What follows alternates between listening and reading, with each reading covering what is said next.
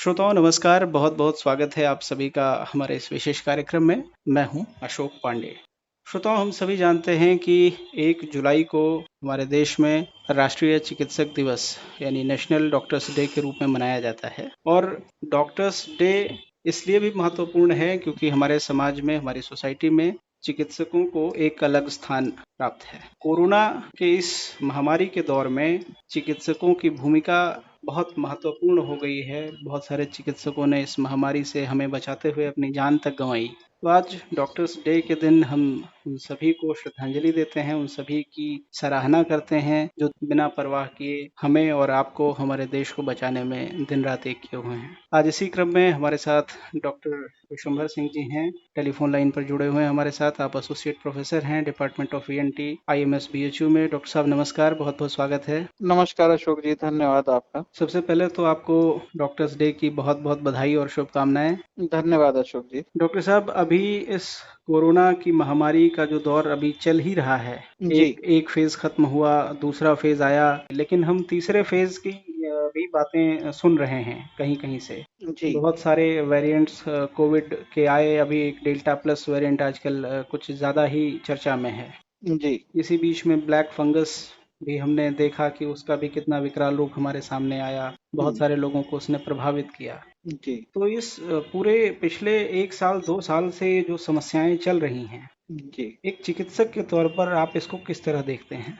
अशोक जी, सबसे पहले तो जब पिछले वर्ष से लेकर के अभी तक जो कोविड की 2 वेव्स आई, इसमें पहली वेव कुछ लिमिटेड रही, लॉकडाउन का पीरियड लंबा रहा, तैयारियां हुई, वैक्सीनेशन की तैयारी हुई, वैक्सीन आई, वैक्सीन लगी, कुछ लोगों को लगी ही थी, तब तक ज्यादातर लोग असावधान हो गए। उस दौरान दूसरी वेव आई, दूसरी वेव ने काफी हानि पहुंचाई समाज को, चिकित्सकों को, और हम सब के मन को एकदम झकझोर के रख दिया। इसमें बहुत सारे लोग पॉजिटिव हुए, बहुत सारे लोग अनडिटेक्टेड रह गए, लेकिन उनको बीमारी हुई, बहुत सारे लोग अस्पतालों तक पहुंचे, कुछ को इलाज अच्छा मिल पाया, कुछ शायद पहुंच नहीं पाए। इन सभी समस्याओं को हम लोगों ने देखा है और कहीं न कहीं यह समझ में सबको आता है कि अगर ऐसी विकट समस्या आने वाले समय में किसी भी प्रकार से आती हो तो उसकी हमें तैयारी करनी चाहिए। सर्वप्रथम तो मैं बाबा विश्वनाथ से प्रार्थना करूंगा कि ऐसी कोई तीसरी वेव आए नहीं, लेकिन साइंटिफिकली अगर हम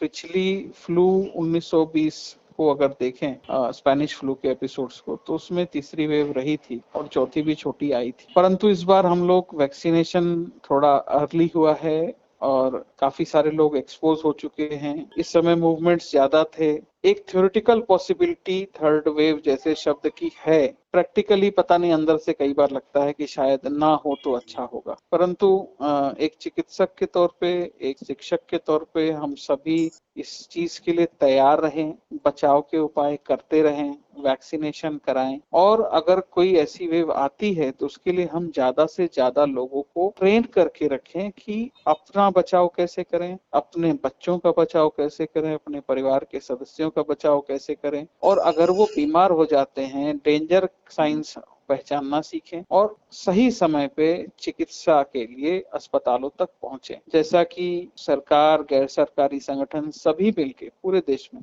हम सब भी, मैं खुद भी ट्रेनिंग देने का प्रयास कर रहे हैं। ज्यादा से ज्यादा पैरामेडिकल लोगों को, ज्यादा से ज्यादा वॉलंटियर्स को, ज्यादा से ज्यादा मेडिकल स्टूडेंट्स को, हमारे जो चिकित्सक पेरिफेरी में काम करते हैं उनको, जो हमारे चिकित्सक जो एनेस्थीसिया विभाग के नहीं है या मेडिसिन विभाग के नहीं है, उनको ट्रेन होना चाहिए ताकि अगर कोई ऐसी परिस्थिति आती है तो उससे निपटने में वो पहले से पूर्ण रूप से तैयार रहें। लेकिन इससे पहले सबसे ज्यादा जरूरी यह है कि हम बचाव के सारे उपाय करते रहें। जैसा कि आपने म्यूकर की भी बात की, म्यूकरमाइकोसिस पिछली वेव के बाद कुछ इलाकों में थोड़ा बढ़ा था, परंतु इस बार ज्यादा लोग इफेक्ट हुए थे, ज्यादा लंबे समय तक बीमारी कई लोगों को रही, जो पहले से डायबिटिक थे या लंबे समय तक उन्होंने बिना किसी के अंडर में रह करके स्टेरॉइड्स का इस्तेमाल किया, या थोड़े बहुत और भी कारण जो अभी समझ में तो नहीं आ रहे, परंतु डिजीज प्रोसेस को देखते हुए और अंदर समझते हुए कहीं न कहीं जो खुद कोरोना एक वायरस है और वायरल इन्फेक्शन के अंदर जो हमारे नाक की म्यूकोसा में जो इन्फ्लेमेशन होता है उसको समझने के साथ अगर हम देखें तो ये सारी चीजें मिल करके फंगल इन्फेक्शन को कहीं न कहीं इस बीच में बढ़ाई थी और लोग इन्फेक्ट हुए थे। और वैसे हम कहें तो जो ये फंगस है वो हर जगह रहता है, लेकिन वो हमें कभी इन्फेक्ट नहीं करता, वो हमारे साथ रहता है। जैसे हमारे साथ हमेशा बैक्टीरियाज, वायरसेस ये सारे रहते हैं, वैसे ये फंगस भी रहता है, लेकिन वो हमेशा इन्फेक्टिव नहीं होता। जब तक कि हमारी इम्यूनिटी कमजोर ना हो जाए या हमारा शरीर कमजोर ना पड़ जाए या किसी बीमारी की वजह से हमारी इम्यूनिटी बहुत ज्यादा कमजोर हो जाती है तो ये वहां पर पनपने की संभावनाएं रखता है। और वैसा ही शायद इस बार भी हुआ। कुछ लोग काफी डर गए, अभी भी कुछ लोग आते हैं, मरीज आते हैं जिनको काफी डर रहता है। छोटा सा भी दर्द हो गया, थोड़ा सा भी नाक से किसी वजह से खून आ गया या तो वो घबरा जाते हैं कि उनको ब्लैक फंगस हुआ है। तो पहली चीज तो ये है कि अगर आप माइल्ड डिजीज हुआ है, आपको मॉडरेट डिजीज हुआ है, आपने लंबे समय तक स्टेरॉइड्स नहीं खाए हैं, तो आपको घबराने की बिल्कुल कोई आवश्यकता नहीं है। आपके मन में अगर कोई भ्रम है तो उसको निकाल दीजिए। एक उचित चिकित्सक के पास जाके आवश्यकता अनुसार उचित जांच जो बताई जाए करा लें, मन से उस भय को भगा दें। ज्यादातर लोग जिनको मन में भय है उनको म्यूकर नहीं है, परंतु कुछ लोगों को रहता है, उनमें सिम्टम्स आते हैं और हम लोग उसको देख करके ठीक प्रकार से पहचान सकते हैं। तो अगर आपको लगता हो तो हमसे आकर के आप मिल सकते हैं, दिखा सकते हैं, घबराइए नहीं। बिल्कुल डॉक्टर साहब, बहुत अच्छी जानकारी आपने म्यूकोरमाइकोसिस के बारे में दी है। एक बड़ा भ्रम रहता है लोगों में इस समस्या को लेकर के कि एक महामारी हम अभी उससे आमना सामना कर ही रहे हैं, कोरोना की जो महामारी है, और उसी में ये दूसरी समस्या है। कहा भी जाता है कि जब समस्याएं आती हैं तो कई बार चारों तरफ से आपको घेरती हैं। जी कमोबेश कुछ ऐसी ही स्थिति अभी देश और दुनिया के साथ है। जी हम साधारणतया ऐसी महामारियों के लिए तैयार नहीं हैं, ये कहने में कोई संकोच नहीं होना चाहिए, क्योंकि इस तरह की जो महामारी है, जैसे आपने फ्लू का जिक्र किया, तो कहीं जी 100-200 साल, 400 साल का इतिहास मिलता है कि कहीं एक सदी में एक बार ऐसी कोई महामारी आती है। जी और उसका रूप किस तरह का होगा, उसका प्रभाव क्या होगा, कितने सारे लोगों को वो प्रभावित करेगी और उसके लिए हमें तैयारियां क्या करनी होंगी, ये सब हम पहले से इस बारे में सिर्फ अनुमान ही लगा सकते हैं। उसकी एक्चुअल सिचुएशन क्या होगी और उस दौरान हमें क्या करना होगा, हम संभवतः इसके लिए कभी तैयार रहते भी नहीं हैं। जी ऐसी स्थिति में एक चिकित्सक के तौर पर हमारे जितने भी चिकित्सक हैं उनके लिए मैं जानना चाहूंगा कि उनके सामने क्या समस्याएं होती हैं अचानक से जब इस तरह की कोई महामारी आकर के हमारे सामने अपना विकराल रूप दिखाती है, तो उनके लिए क्या ऐसी समस्याएं आती हैं, और बाकी हमारा जो समाज है, जो हमारे लोग हैं, जो सोसाइटी है, इनके लिए क्या सुझाव होंगे आपके कि जब भी इस तरह की समस्याएं आएं तो उनको किस तरह से डील करना चाहिए? अशोक जी, अगर हम इसके डेफिनेशंस पर जाएं और बेसिक्स पर जाएं तो कोई भी वायरस हो, कोई भी बैक्टीरियाज हो, कोई भी फंगस हो, सामान्यतः उसके जेनेटिक परिवर्तन होते हैं जिसकी वजह से नए स्ट्रेन्स आते रहते हैं। और उन स्ट्रेन्स के प्रति हमारी इम्यूनिटी कितनी रिस्पॉन्सिव है, शरीर के अंदर जो बी सेल लाइनेज और टी सेल लाइनेज की इम्यूनिटी होती है, तो उसमें कुछ लंबे समय तक ध्यान रखने वाले मेमोरी सेल्स भी होते हैं, और उनके पास अगर उसकी मेमोरी है तो वो उससे ठीक प्रकार से रिस्पॉन्ड करके मरीज कभी बीमार बहुत नहीं होते, हल्का फुल्का इन्फेक्शन होकर के वो निकल जाता है। परंतु लंबे समय में अगर बड़े बदलाव होते हैं, और जब बड़े बदलाव होते हैं, ज्यादा स्ट्रेन, एक नई स्ट्रेन आती है और वो स्ट्रेन के प्रति हमारे अंदर अगर इम्यूनिटी नहीं होती है तो ये पैंडेमिक का रूप लेती है और पूरी दुनिया को अपने कब्जे में लेती है। जहां तक कहें तो हम लोगों ने थ्योरेटिकली पैंडेमिक्स को पढ़ा था, एपिडेमिक्स के कुछ इंसिडेंट्स हम लोगों ने पिछले कुछ वर्षों में देखे हैं, परंतु इतना बड़ा पैंडेमिक, इतनी ज्यादा पॉपुलेशन अगर आप देखें जो कि पिछले स्पेनिश फ्लू के हिसाब से और अभी के बीच में, तो दुनिया की पॉपुलेशन भी करीब 10 गुना बढ़ गई थी और इन ट्रैवल रेट भी बढ़ गया था। ऐसे में ये पैंडेमिक, इसने हमें सिखाया कि हमारा जीवन कैसा होना चाहिए, किस प्रकार से बैलेंस्ड होना चाहिए, हमारी इम्यूनिटी बनी रहनी चाहिए, हमारे खान पान कैसे होने चाहिए, हमारी शारीरिक क्षमताएं कैसी होनी चाहिए, हमें कौन सी जीवन शैली जीनी चाहिए। शायद इन सभी चीजों का उत्तर हमें पिछले 1-1.5 साल में मिला है। बचने के लिए तैयारियों का जो स्तर होना चाहिए उसके विषय में मैंने आपको बताया है, सामाजिक तौर पे, सरकारी तौर पे, परंतु स्वयं के तौर पे एक अच्छी जीवन शैली, एक अच्छा भोजन, पौष्टिक आहार, जो कि भारत में भारतीय तरीके से उपलब्ध भी है और दुनिया भी इसको आज की डेट में कर रही है, उसके लिए भी मैं सबसे आग्रह करना चाहूंगा कि उसे हमें जरूर अपनाना चाहिए, क्योंकि इससे जानें बचने वाली हैं, हमारे लोग बचने वाले हैं, स्वस्थ रहने वाले हैं। और आने वाले समय में ऐसा कोई पैंडेमिक आएगा कि नहीं आएगा ऐसा कहना बहुत मुश्किल है, लेकिन कहीं ना कहीं अगर हमारा शरीर ठीक है, हम बेसिक्स जानते हैं, जैसा कि ट्रेनिंग में हम लोग कुछ लोगों को कैसे जीवन रक्षा करना, सामान्यतः कोई एक्सीडेंट हो जाए तो क्या करना, इसके लिए भी अगर हम ट्रेन हो जाते हैं, जिसके लिए कई संस्थाएं सरकारी गैर सरकारी रूप से इस काम को कर रही हैं, तो हमें लगता है कि आज के विद्यार्थी जीवन से, बालकों के विद्यार्थी जीवन से या किसी को भी यह सारी चीजें जाननी चाहिए, आत्मरक्षा के लिए, समाज रक्षा के लिए और देश रक्षा के लिए। निश्चित तौर पर डॉक्टर साहब, एक चीज मैं आपसे और पूछना चाहूंगा अभी जी। कि कोविड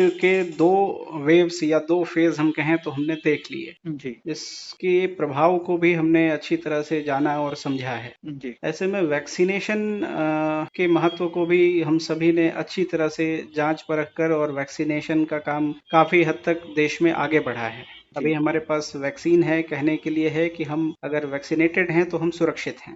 पर जिस तरह से ये वायरस अपने स्वरूप को बदल रहा है, अभी जिस तरह से डेल्टा प्लस वेरिएंट की बात चल रही है, तो आगे के लिए हमारी तैयारियां किस तरह से होनी चाहिए? एक व्यक्ति के तौर पर, समाज के तौर पर, परिवार के तौर पर हम अपनी सुरक्षा के लिए, ठीक है हमने वैक्सीन ले ली है, हमारे परिवार के सदस्यों ने वैक्सीन ले ली है, पर जो लापरवाही का स्तर है कि अभी केसेस कम हुए तो लोगों ने मास्क छोड़ दिया लगाना, सड़क पर बेफिक्र होकर के घूमना शुरू कर दिया, हिल स्टेशंस पे अगर आप देखें तो भीड़ लगातार बढ़ रही है। तो इन सब चीजों को लेकर के एक जो सामान्य सोच समझ का स्तर है वो काफी बदल सा गया है केसेस के कम होने के बाद से। तो इस परिस्थिति पर और डेल्टा प्लस वेरिएंट को लेकर के आप क्या सलाह, क्या सुझाव देना चाहेंगे लोगों को? अशोक जी, आपने बिल्कुल ठीक कहा कि लोग बेपरवाह हो गए हैं, मास्क नहीं लगा रहे हैं, सावधानियां नहीं रख रहे हैं और बाहर बाजार में बिना मास्क के जाना, हिल स्टेशन पे अगर आप जा रहे हैं, भीड़ में घूम रहे हैं, तो कहीं ना कहीं आप अपनी संभावनाएं, अगर कोई वेरिएंट आता है और वो इफेक्टिवली हमारे ऊपर कोई हमला करता है, तो शायद हम कितने भी सुरक्षात्मक अगर नहीं हैं, अगर हमारे पास हमने सुरक्षा चीजों का इस्तेमाल नहीं किया है, जैसे कि हमने वैक्सीनेशन नहीं लिया है, हमने मास्क वगैरह का प्रयोग नहीं किया है, या हम अपने आप को नहीं बचा रहे हैं, तो कहीं ना कहीं हम फंसने वाले हो सकते हैं। इसलिए मेरी सलाह यह है कि अभी भी आपको अपना बचाव करने की आवश्यकता है, भीड़ भरी जगहों में जाने से बचने की आवश्यकता है, वैक्सीन का प्रयोग करने की आवश्यकता है और लोगों से दूरी बनाए रखने की आवश्यकता है। अगर आप ये नहीं करते हैं तो कहीं ना कहीं अगर संभावना रहेगी तो आप इन्फेक्ट हो सकते हैं। तो आप अपने परिवार की भलाई के लिए, सबकी भलाई के लिए कृपया मास्क का प्रयोग जरूर करें, बचाव करें, वैक्सीनेशन लें और बिना कार्य के घर के बाहर ना निकलें। बिल्कुल डॉक्टर साहब, आपने बहुत अच्छी जानकारी दी हमारे श्रोताओं को। और जैसा कि हम सभी जानते हैं कि आज राष्ट्रीय चिकित्सक दिवस है और चिकित्सकों को बहुत हम धन्यवाद करते हैं इस महामारी से, जिस प्रकार से उन्होंने हमारे समाज की, हमारे देश की रक्षा की है। देश ही नहीं, दुनिया भर में जिस तरह से इस महामारी ने अपना विकराल स्वरूप हम सभी को दिखाया, तो चिकित्सकों के स्तर से ही ये संभव हो पाया है कि अगर हम आज सेफ हैं, सुरक्षित हैं, हमारा परिवार सुरक्षित है, तो हम सभी को आज के दिन हमारे सभी चिकित्सकों का धन्यवाद करना चाहिए। आकाशवाणी वाराणसी पूरे परिवार की तरफ से हम आपको हार्दिक धन्यवाद देते हैं, आपको बधाई देते हैं एक बार फिर से चिकित्सक दिवस की। धन्यवाद अशोक जी। इसमें मैं 1-2 लाइन अगर आपकी परमिशन हो तो जोड़ सकता हूँ। जी जी बिल्कुल। मुझे लगता है कि इस पूरी महामारी में जो चिकित्सक हैं, जो वरिष्ठ चिकित्सक हैं, उन्होंने एक अच्छी दिशा दी। काम करने के समय हमारे जो युवा चिकित्सक हैं, उन्होंने बढ़ चढ़ के इसमें हिस्सा लिया। जो पैरामेडिकल और अन्य स्टाफ, सपोर्टिंग स्टाफ रहे, नर्सिंग स्टाफ रहे और सफाई कर्मचारी रहे, इन्होंने भी बहुत मेहनत की वार्ड्स के अंदर। इन सबको भी आज मैं अपनी तरफ से आपके माध्यम से धन्यवाद करना चाहता हूँ। निश्चित तौर पर डॉक्टर साहब, बहुत बहुत धन्यवाद। आपने समय दिया इस महामारी के दौर में हमारे श्रोताओं तक सटीक और सार्थक जानकारी पहुंचे, इसके लिए आपने समय दिया। आपको बहुत बहुत धन्यवाद। धन्यवाद अशोक जी, नमस्कार।